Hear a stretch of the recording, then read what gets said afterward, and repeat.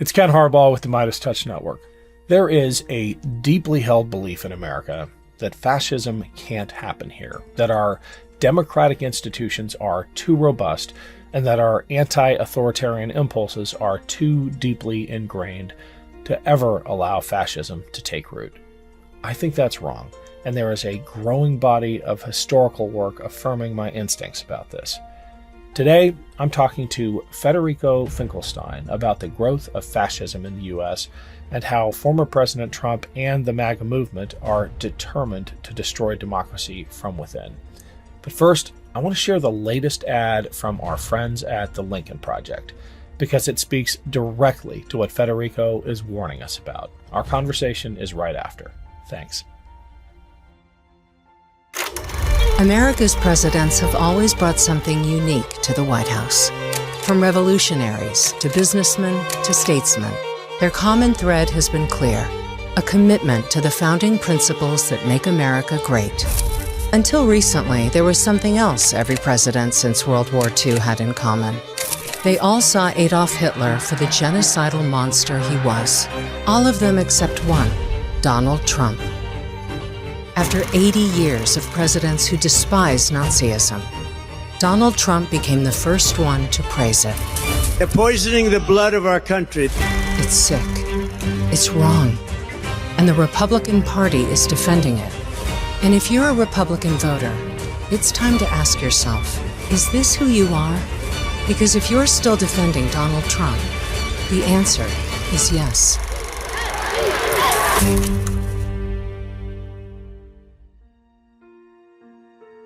My guest today is Professor Federico Finchelstein, an expert on fascism and populism. His new book, The Wannabe Fascists, takes a look at the new global movement of fascists and populists headed by Trump, Bolsonaro, and Modi, and explains how they've adapted the anti-democracy playbook to modern times. Federico, welcome to Burn the Boats. Thank you.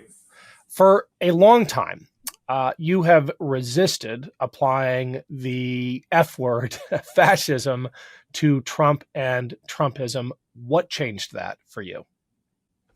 Well, I mean, they change. In my work, I have for decades analyzed fascists and populists. And a key distinction between them, and a key distinction that I made in my book from 2017, From Fascism to Populism in History, was that fascists were not only more extreme in many ways, from racism to violence and propaganda, but also they destroy democracy when they had the opportunity. And basically populists, although they share many of these, many things with the fascists, and we can talk about all these things a little bit later, they actually acted within democracy. Or to put it differently, populists after 45, after the defeat of the fascist powers, they presented a sort of fascism in a democratic key, which is to say, not really fascism. I mean, fascism is among many, there are things that define fascism, and one of them is that it's against democracy. And populists actually made a point about how their legitimacy was related to winning elections. Now, when you have populists that, in addition to many things that also fascists are, such as violence, racism, and so on, but now these populists reject electoral results, then what you have is something that sounds less like populism and more like fascism. I mean, in my book, in this new book, I call them wannabe fascists. Right. Is this Trump's main political innovation? And there has to be a more pejorative term than that, but I'll call it a political innovation. This idea that populists in the past used democracy to gain power and then destroyed it. It seems like Trump's innovation is undermining confidence in democracy first and then gaining power. He has never won the popular vote. He can't. His only route to power is to undermine people's faith in elections. And that's a different kind of populism. Yes, I mean, as I said, it's a populism that in a way it's kind of reversing itself to something that is closer to fascism. Now, when you compare the first Trump presidential campaign and the results that it had with the second one, although it's true that he never won the popular vote, he played sort of by the rules. I mean, of course, you might say because he won, sure, but still a big element in his, let's say, justification for being, for acting, the way he did was that he had won the elections, he had won, and he, let's say, he played by the rules that the electoral results matter to him. But at some point, they don't. And that is a big distinction in general between fascists and populists. So Trump, in a way, started as a radical populist, meaning a populist that is really at the border or the boundary between, populism and something way more radical and authoritarian. And in a way, I wouldn't say ended, but the current situation where Trump is, or the current, place that he occupies, is something closer to fascism. Now, in my book, in the new book, I made a distinction because, in a way, this book is part of a trilogy in which first I analyze how populism was different to fascism precisely because, among other things, it respected some, although it was authoritarian, it also respected some, democratic rules. Then I analyze how and why fascists lie. I mean, this is another book that I wrote. And finally, this one, in which I'm interested in analyzing what makes Trump and people like him so close to fascism.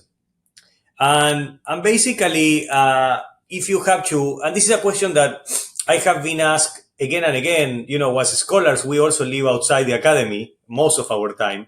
And many times people, different people from different walks of life ask me, is Trump a fascist? And what is fascism?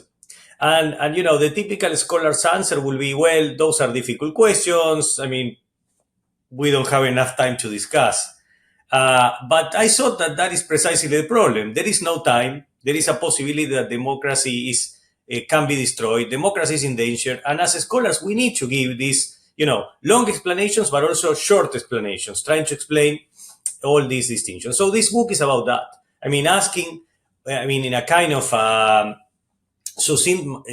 very synthetic manner, what is fascism and why Trump is so close to it? Now, fascism, if we ask this question, what is fascism? Fascism, of course, is extremely authoritarian, extremely racist, and extremely dictatorial, among other things. But then, of course, you have other regimes in history and in the present that are also those things. So what makes fascism different to others? And I basically came up with, let's say, what I call the 4 pillars of fascism. Things that independently of each other will not make a fascist, but when they are together, we are talking about the F word, or we are talking about something which is very close to it. So, sorry, go ahead. No. I definitely want to get to those pillars. Finish your thought. So basically, fascism is always, let's put it in a very short way. We can talk about this a little bit later, but fascism is always dictatorial, always racist, always, lies in an extreme way, this kind of extreme Orwellian Goebbels-like propaganda. And also, fascism is about violence. It's about violence and the militarization of politics. So when you have extreme lies and propaganda, extreme violence and the militarization of politics, when you have extreme racism and demonization, and finally, when you have dictatorship, probably you are talking about fascism. Probably you're talking about fascism. This isn't, for you, a purely intellectual exercise. You referenced your other books. You are of the academy, but you were also born in Argentina right before the junta took over. You spent many of your formative years there. Surely that influenced your, or that's the lens through which you view the emergence of American fascism. Yes, and actually, I would argue that kind of global South position or peripheral position helps, because in this country, and also this happens in Europe, there is this idea that we are so different to the rest of the world, that because we are so good, and we are neither different and perhaps not also not as good as we think we are. I mean, and by this I mean in terms of racism, dictatorship, authoritarian trends, and so on. So, you know, even if there were important distinctions in the past, which were not as important as people that talk about American exceptionalism think, I mean, those distinctions are less and less so in the present when, you know, Trump and Orban and Bolsonaro talk to each other, copy from each other, and they represent like a kind of global attack on what constitutional democracy is. So basically, my own experience, you know, from the global south, from Latin America, actually helped me. I mean, also now, I mean, and for many years, I have been an American citizen.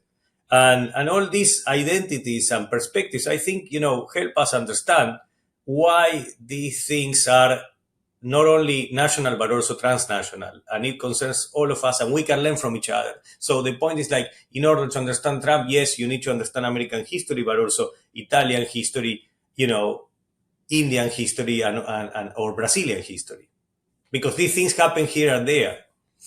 I would love for you to explain in just a little more detail the argument that fascism can't happen in America. You just suggested it's because of this superiority complex we have, but there's the other side of it too, which suggests that fascists in America aren't smart enough.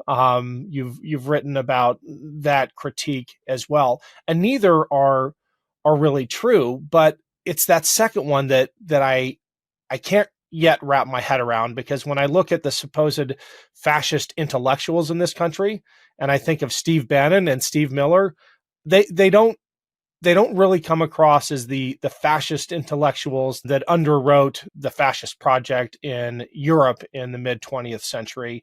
Are they are they really of the same caliber as the intellectuals that propelled fascism in its other eras? Well, I mean, let me put it this way, and let me put it this you know, very bluntly. I mean, they are intellectually as trashy as most Nazi intellectuals were. Okay. I mean, because I mean, there were, of course, in fascism outliers, people that were, you know, important intellectuals that decided somehow to betray, I guess, you know, reason and knowledge, and went fully irrational. And among those, we can count, like, from philosophers as like Heidegger to, you know, legal thinkers like Carl Schmitt, and you know, and others, including famous writers. But these people were not key players in the fascist movement. And actually, you know, someone like Hitler will think that they were not, you know, interesting enough. I mean, that he was, you know, the intellectual. Now, when you read, and I have to read, as part of my job description, I guess, I have to read all these people, including Hitler. I mean, they don't come across as deep intellectual thinkers. I mean, I would say that in that sense, they play in the same team. And so the others were not, you know, as important for the fascists as they have been perhaps for, you know, for the rest of the world. I mean the famous thinkers that went, you know, let's say, you know, to use a Star Wars metaphor, like they went to the dark side. So I mean, those those are not like the, you know, the key players. I mean, in the movement, or the key players influencing, you know, somebody like Hitler or Mussolini. So you don't need these, you know, famous or thinkers. And actually, sometimes it's the opposite. Like this, they are too complex to to be fully successful within the movement. So I don't see much of a difference, I mean, in that sense. Distill the argument, the counter argument then for us before we pick it apart, that fascism can't happen in America. There's a couple pieces of it. What do the optimists say? Well, I mean, the optimists, they engage, I mean, I think, with what I would say ahistorical views. I mean, that either they are extremely negative about America, or I mean, that they say this is different because we are not like smart enough, which is, of course, really, in my opinion, like irrational argument to have, because of course, as in every country, there are really deep and rich intellectual traditions in the US, both left and right, but also center. I mean, that is like and it's somehow arrogant to say that, in my opinion. It's a, yeah, we are not smart enough. It's like extremely arrogant argument, because also it doesn't, of course, it doesn't include the person saying that stuff, right? Right. I mean, so that's one. The other one is like the equally mythical and optimistic view, which is that we are so great that these bad things will never happen to us.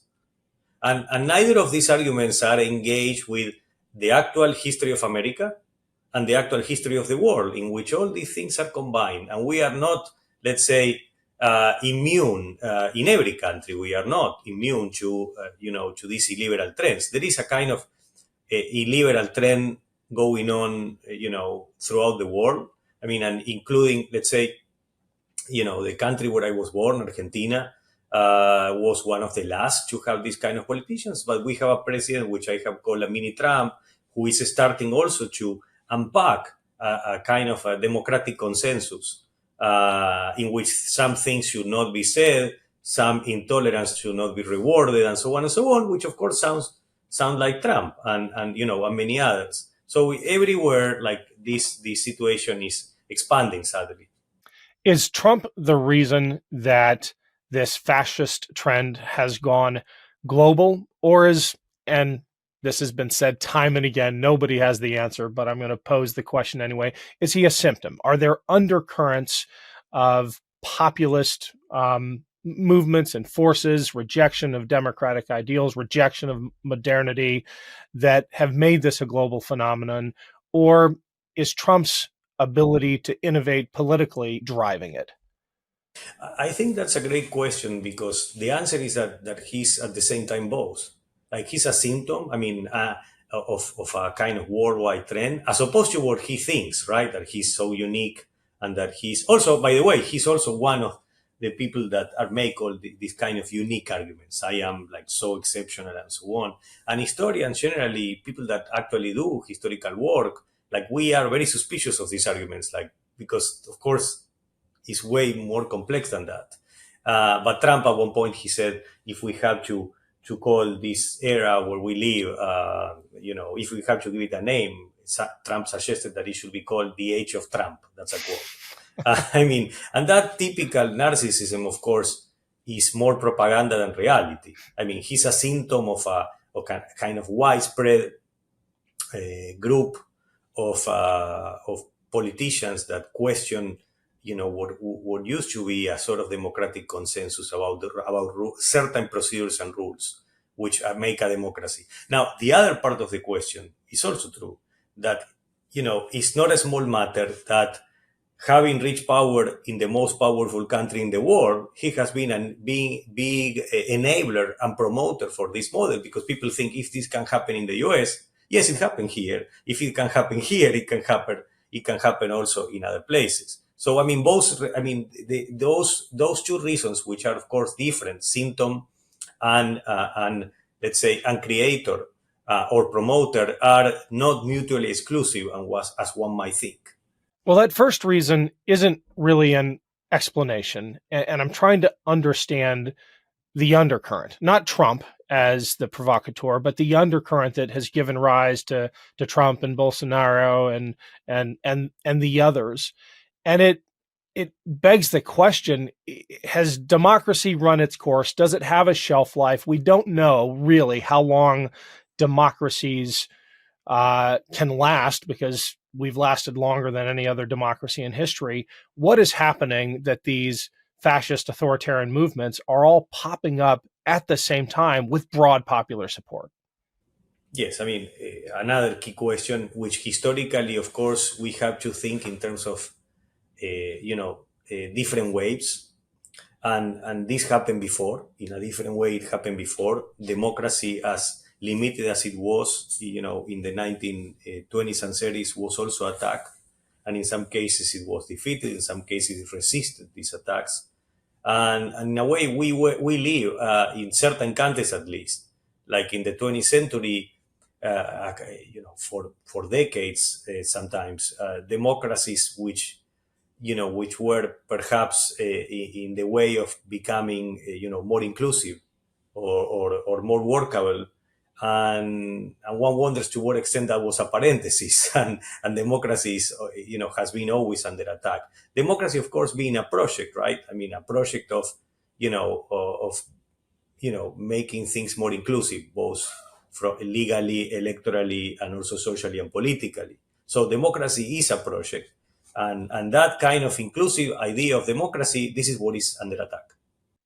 So, Federico, one of the defining characteristics of fascism is its exclusivity, as opposed to democracy, which is about including people, broadening or expanding the tent.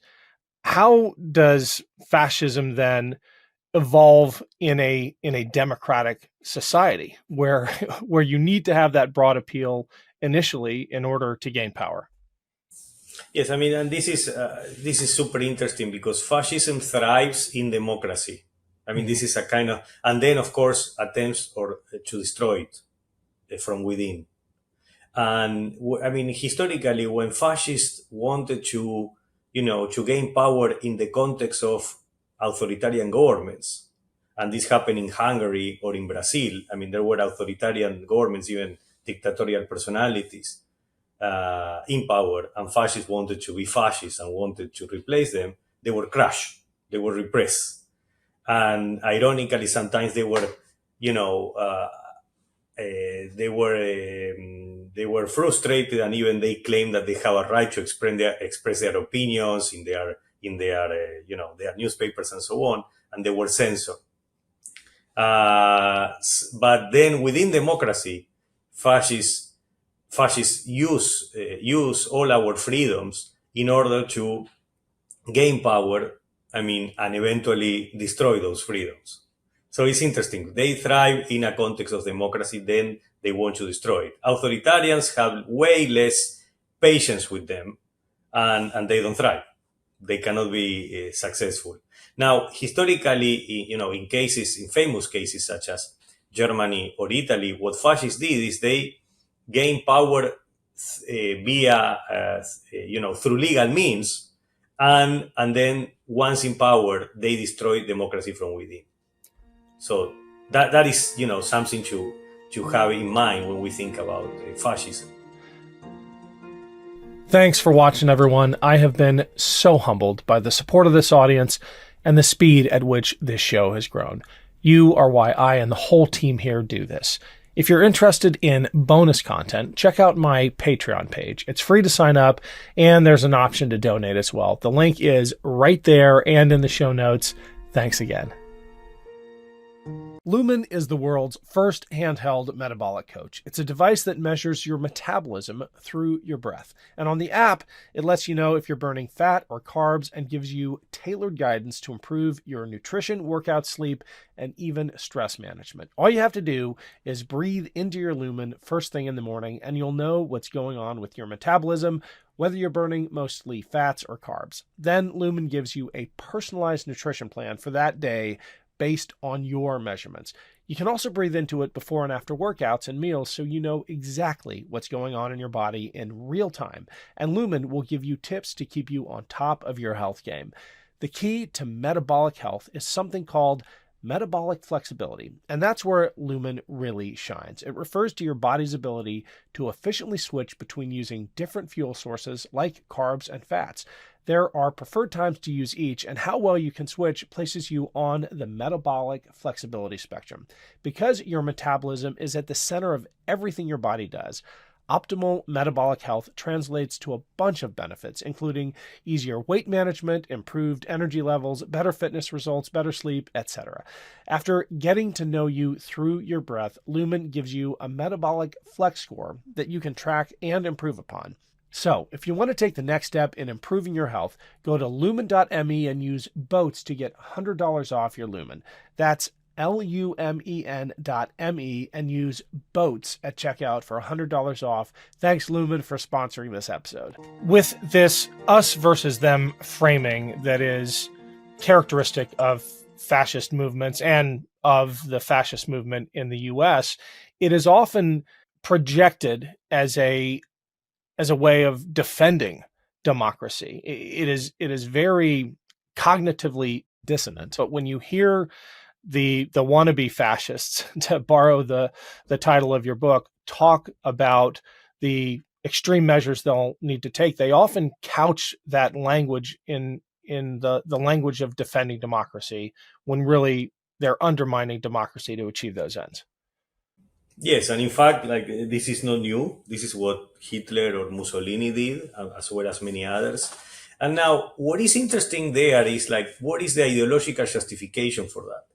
I mean, now when we talk about ideology, we don't have to think about, again, like deep thinkers or deep books. I mean, Trump or Hitler were not deep thinkers.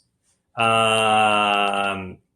are not like into explaining their arguments with, I mean, people like this, right? Fascists or wannabe fascists, they are not into explaining their arguments, with solid reasons. And in fact, like they tend to lie after lie. And many of these lies, as you said, involve the issue of projection, like this kind of projection or projective way in which whatever they say about others actually applies to them. And when they talk about, for example, attacks against democracy, what they mean is basically sometimes even judicial investigations because of the crimes they have committed. We have seen this. Hitler wrote Mein Kampf when he was in prison, and when I say wrote, he dictated like his kind of ramblings to another person when he was in prison for having attempted a coup d'etat and failed in doing so. So basically, but going back, when I say the ideology or ideological text, what people like Trump or Hitler or others have in mind is an idea of legitimate government, which doesn't correspond to what we understand as a kind of democratic legitimacy or justification for why somebody is the president or the ruler. And they do, I mean, and they because for the rest of us, or let's say for people that believe in democracy, a person is ruling a nation or the president of a nation or the prime minister of a nation when that person had obtained via, legal electoral means a majority of the votes. Or in the case of the US, a majority of the electors, whatever the rules are. And then we understand then that the people have decided. So when we then like to use a kind of a more academic expression for that, that is to say that the person is the ruler or the person has power because there is a popular majority behind that leadership. And that popular majority is corroborated by votes or certified by votes. So something like that. Now, that is because democracy, and when we talk about democracy, we talk about popular sovereignty. Democracy replaces a previous system with a different form of sovereignty, because the sovereign is the king. And the king is king not because of the people, but because, of God or because of tradition.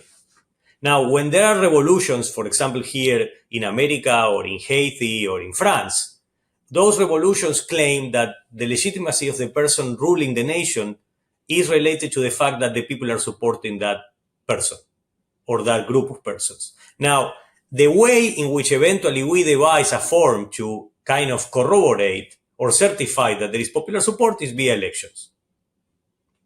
Now, fascists and also populists tend to think that their legitimacy, or let's say the reasons behind why they should be ruling the nation, are not only related to votes, but also to the fact that they represent the people before and beyond the votes. That is to say that they embody the people or they personify the people.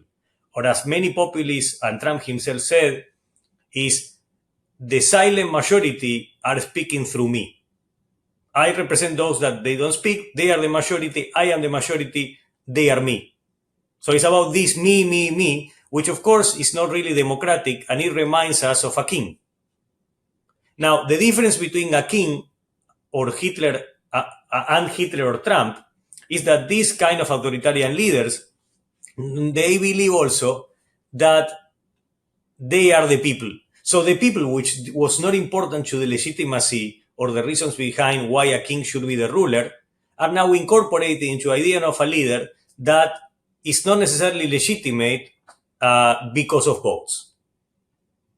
So, I mean, this is a kind of difference between, and again, to use these academic, sort of academic terms, divine sovereignty and popular sovereignty. So what you have is a kind of person that claims to be democratic because the people are behind him, but those people are not behind him via votes. They are behind him because they confirm the idea that that person is the leader forever, that person is the people. And when you criticize that person, you are what? An enemy of the people. Or as somebody in Argentina will say, Perón, for example, a populist leader, said, if you are not with me, you are the anti-people.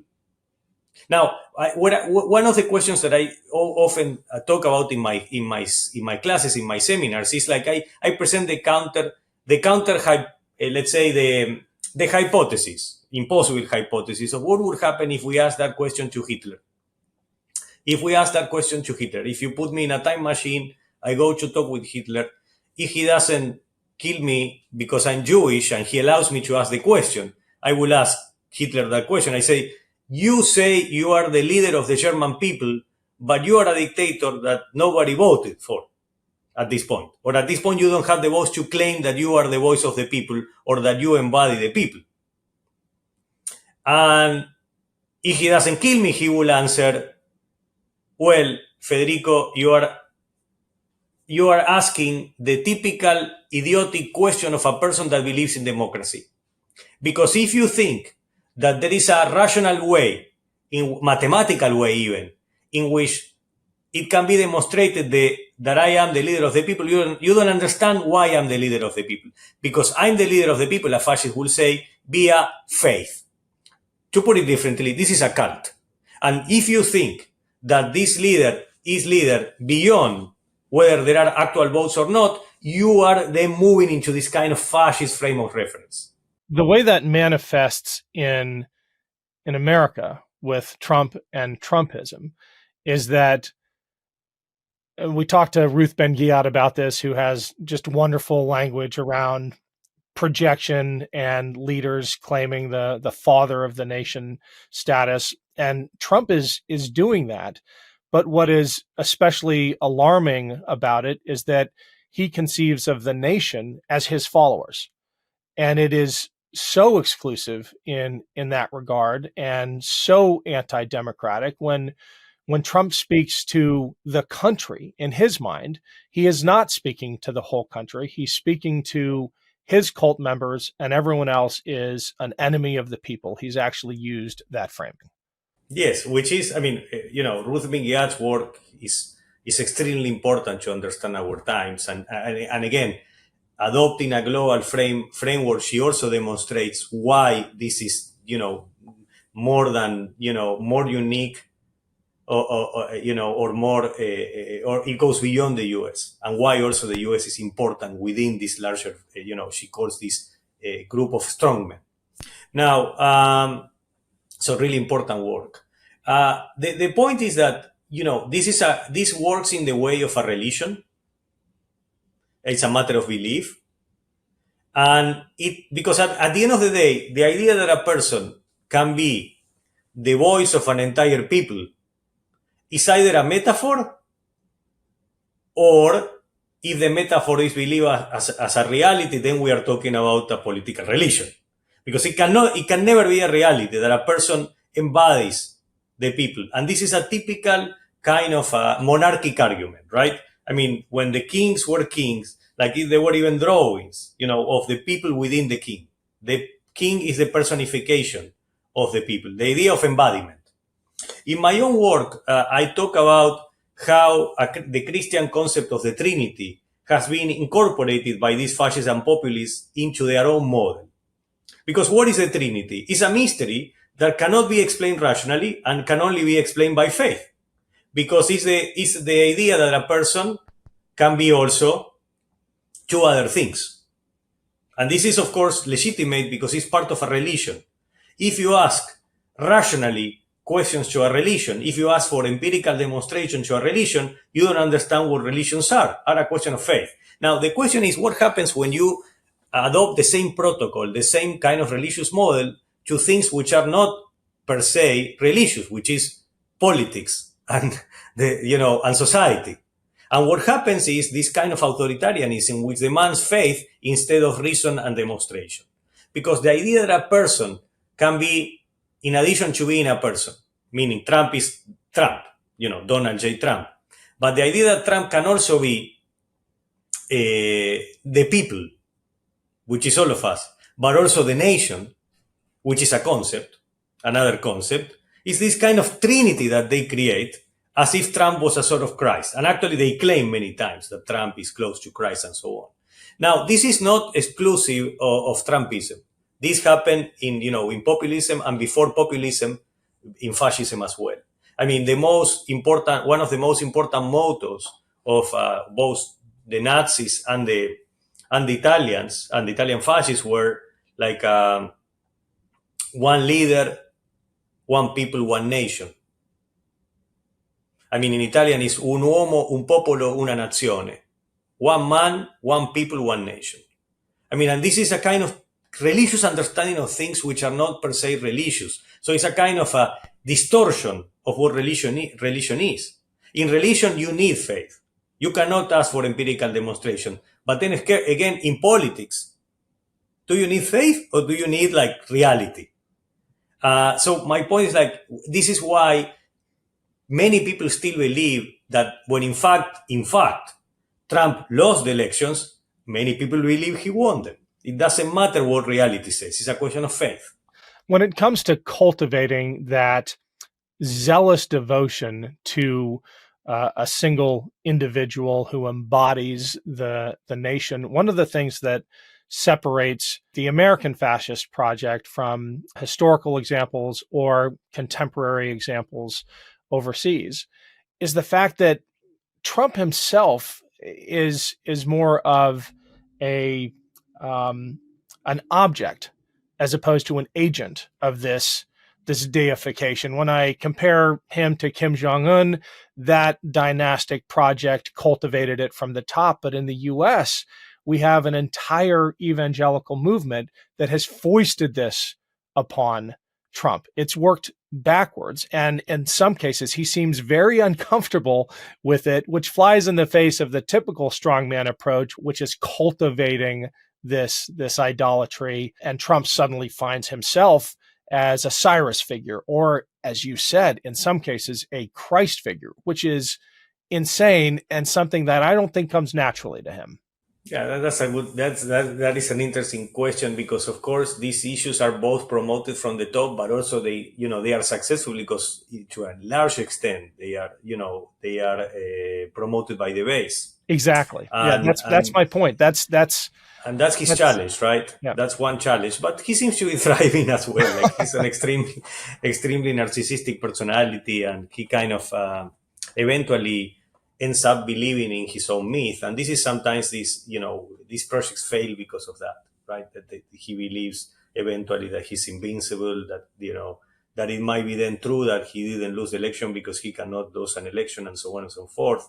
But these are like issues which relate to this sacralization of politics that these kind of politicians and movements represent, as opposed to, in my opinion, what is more democratic about politics, which should be, reasons which are, or let's say arguments that are grounded in reality rather than in expectations, in projective thinking, and quite frankly, propaganda.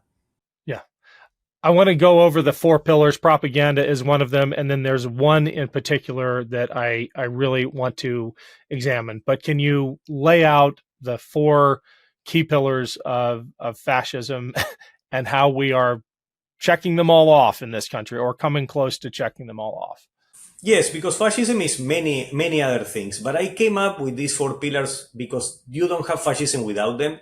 And also, interestingly enough, these four pillars are not that typical of populism either. So Trump starts as a populist. Now, let me tell you briefly the history of this. That is that, fascism represented these four pillars to the full extent. I mean, and again, to remind your listeners, these four pillars are violence and militarization of politics. So number one, violence and militarization of politics. Number two, lies and propaganda. Number three, racism, xenophobia, demonization of the other.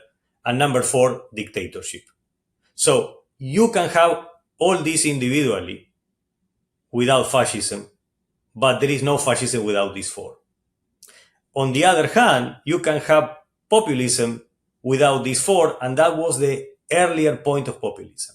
So after 1945, there were people that they had been dictators or even fascists, like Juan Perón in Argentina or Getulio Vargas in Brazil. So this first started in Latin America for a variety of reasons, in which people that had been part of the, what they believe was the third way, the third kind of position between socialism and liberalism. Now they were part of, before 45 you had a tripolar world, right? But then after 45 the world became a bipolar world. And these people were resentful about that. They still thought that there was a way to rule the nation beyond liberalism or socialism, or beyond the US model at the time or the Soviet model at the time.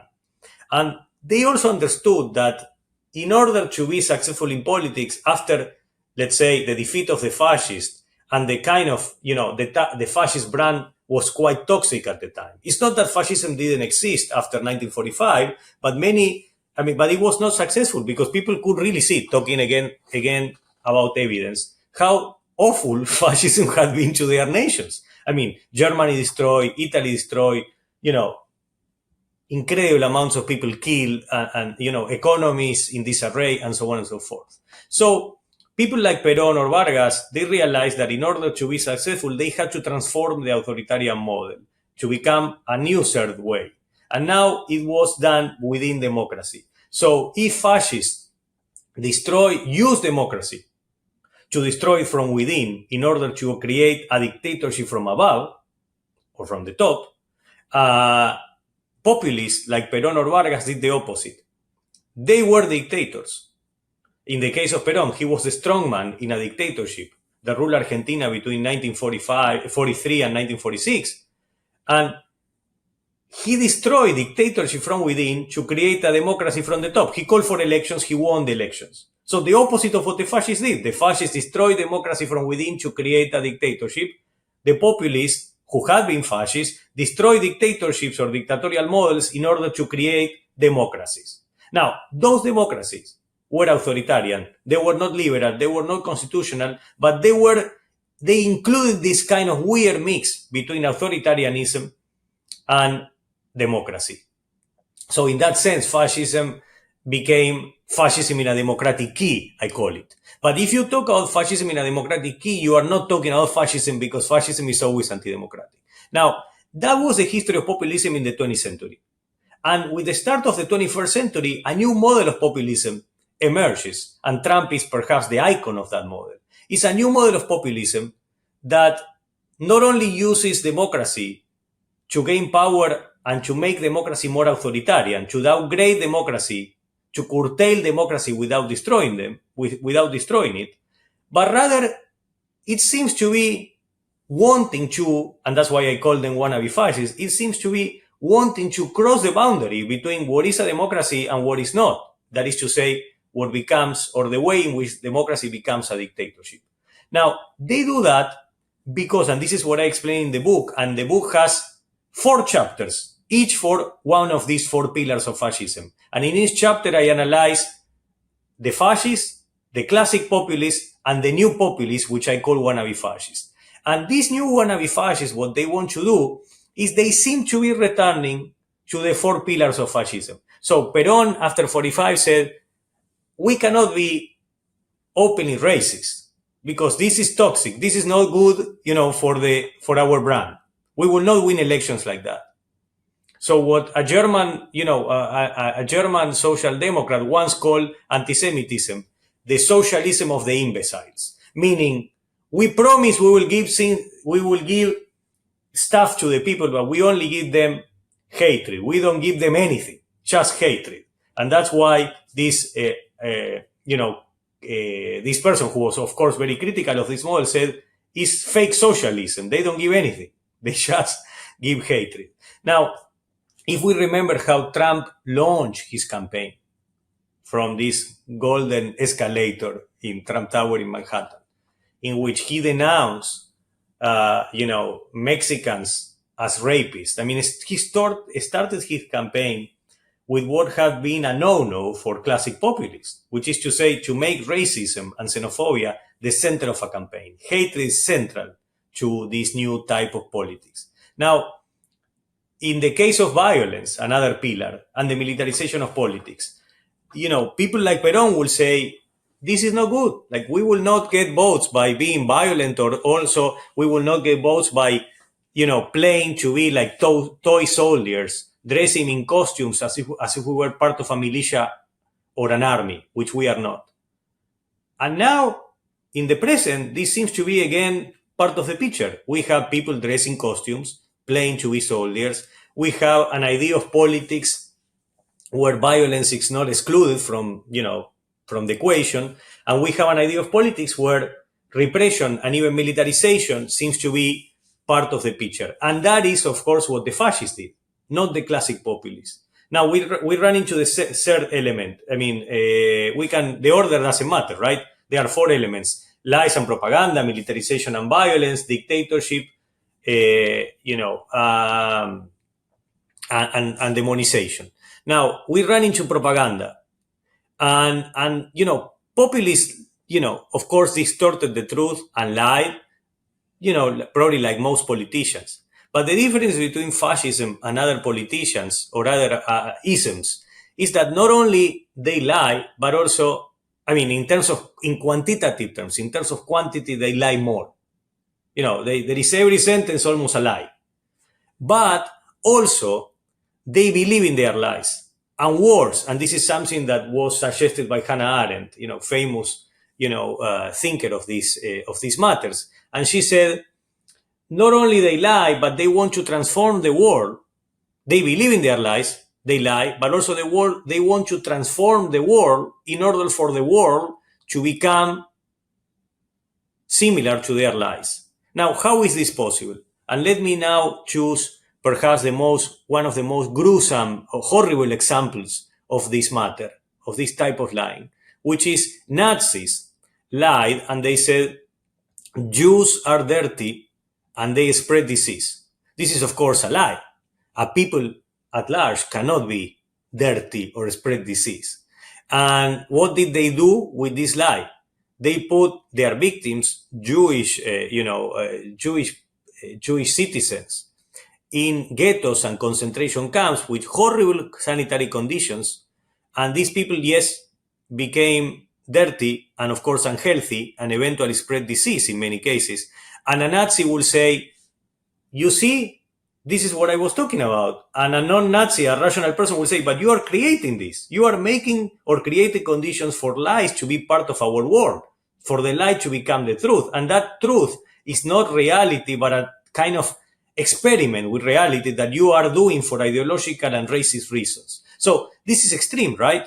And yet, during COVID times, we saw the spread of lies about disease that equally generated or death. Death was the outcome of lies about, against vaccines, lies about Bolsonaro, for example, said that if people, were vaccinated, they will turn into crocodiles. Trump said that one should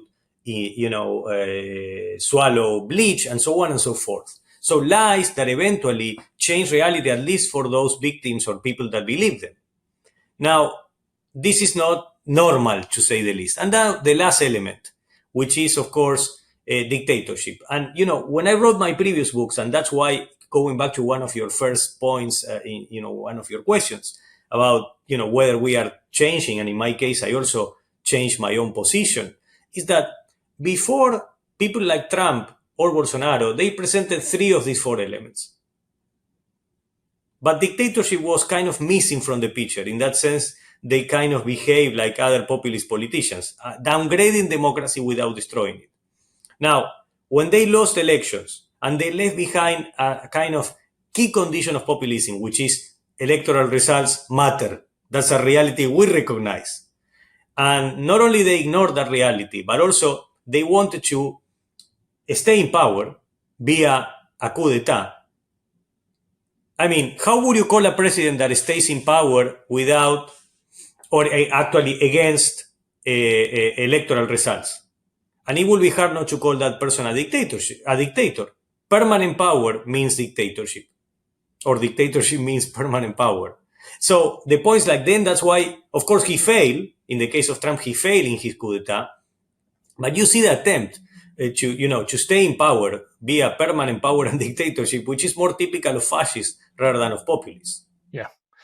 In the American context, it's that pillar militarization of politics that seems both the most exceptional and the most dangerous. I'm wondering if you see it the same way, given the unique circumstances here, the ubiquity of guns, the endemic violence throughout our society. It's surprising to me in a way, I guess, that the militarization of politics hasn't happened sooner.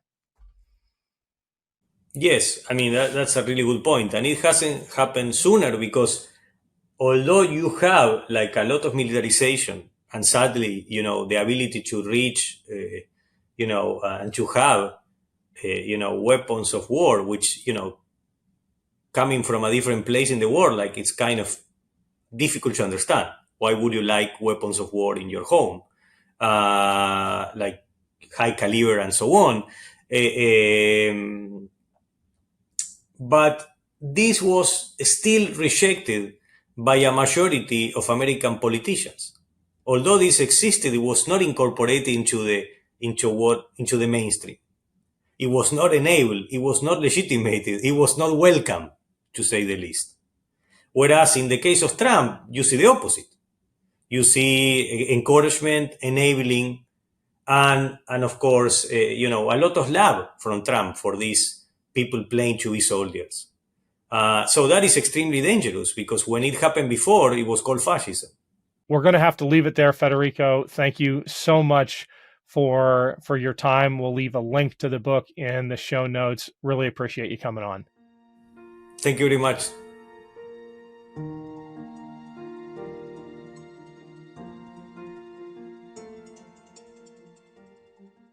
Love this video? Make sure you stay up to date on the latest breaking news and all things Midas by signing up to the MeidasTouch newsletter at MeidasTouch.com/newsletter.